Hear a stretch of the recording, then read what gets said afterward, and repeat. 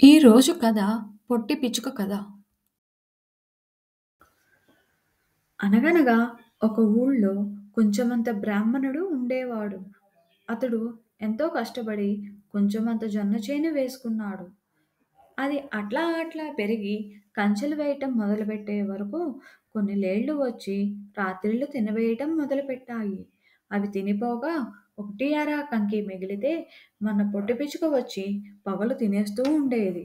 ఒకనాడు కొంచెమంత బ్రాహ్మణుడు పొలం వచ్చి చూసుకునే వరకు చేనంతా ఈటిపోయి ఉండేది.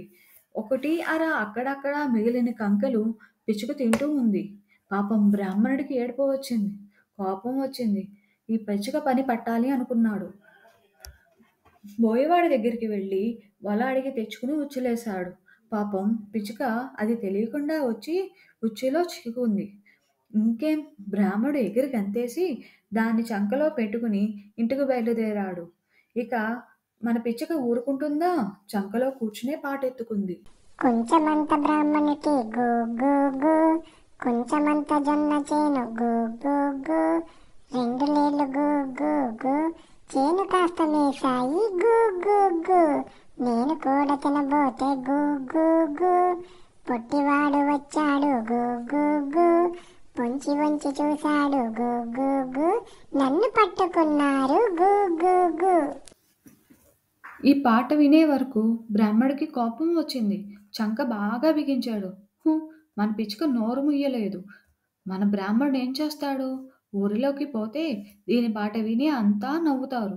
అందుకని ఊరి బయట ఉన్న శెట్టిగారి అరుగు మీద కూర్చున్నాడు. మన పిచ్చుక నోరు మూస్తేగా పాడుతూనే ఉంది. కొంచెమంత బ్రాహ్మణుకి గు గు గు, కొంచెమంత జొన్న చేను గు గు గు. దీని పాట విని శెట్టి బయటికి వచ్చి, ఏమండి శాస్త్రిగారు, మీ జొన్న చేను ఎంతండి అన్నాడు. బ్రాహ్మణుడు దోసెటి చూపి ఇంత అన్నాడు. ఇంతేనా అన్నాడు శెట్టి.